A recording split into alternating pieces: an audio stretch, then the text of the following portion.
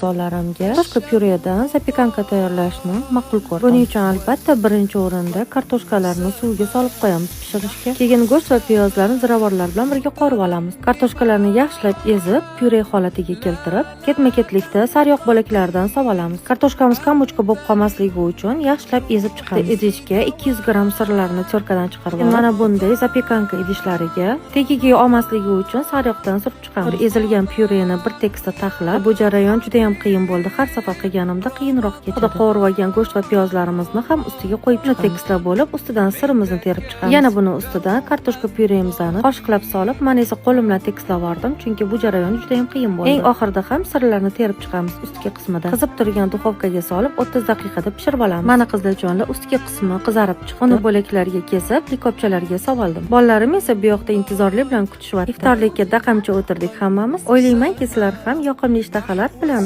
og'zinglarni ochib oldinglar. Sizlarga va bizlarga yoqimli ishtaha bo'lsin va menga albatta obuna bo'lib qo'ying.